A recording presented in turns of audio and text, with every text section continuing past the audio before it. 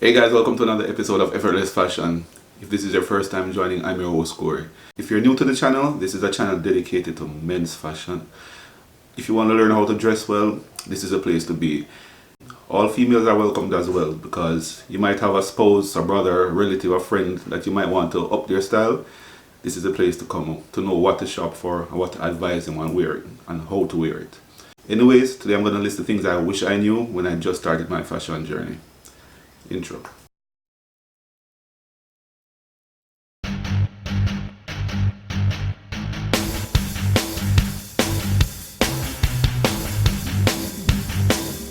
Welcome back. The first thing I wish I knew back then when I was just learning how to dress is how to color coordinate or color block. I have an episode on that I'll leave at the end of this link in case you want to learn how to. Back in the day, I really didn't know how to color coordinate, as in what color goes with what. I knew black went with white, but that was about it. I didn't know anything else. So my closet was mostly, at one point, it was mostly black clothes, black t-shirts, black pants, black everything.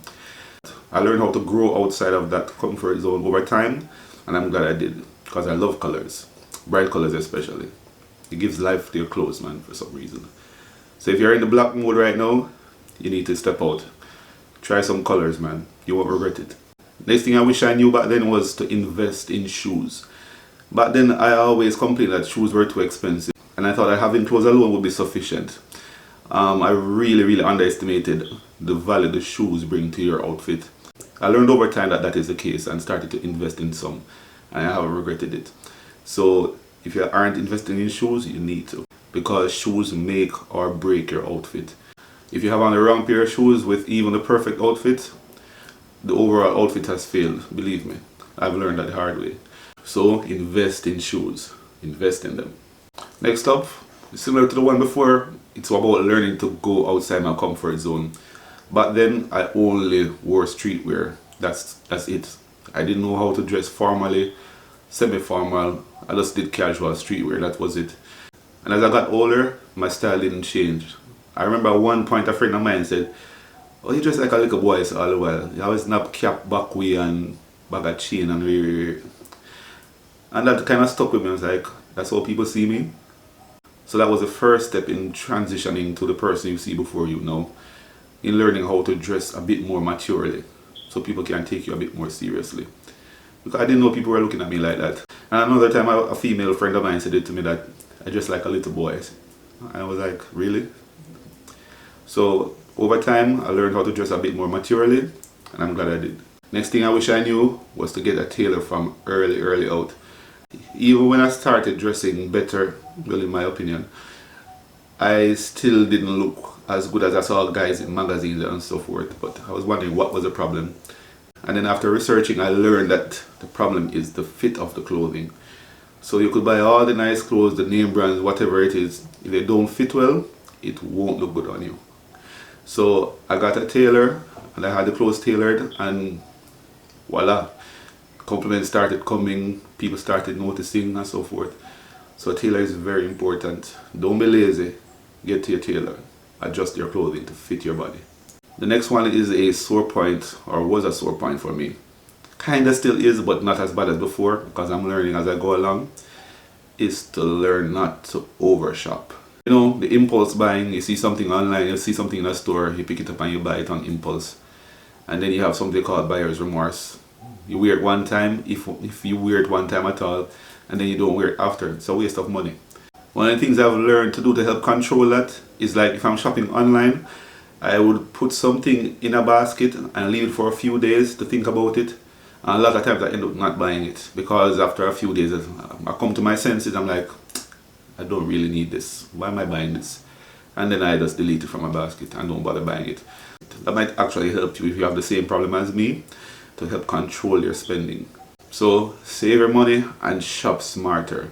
I have videos to show you the things, the essentials that you need. Outside of that, you don't really need anything. You can get things outside of it, but these are the things that you should have.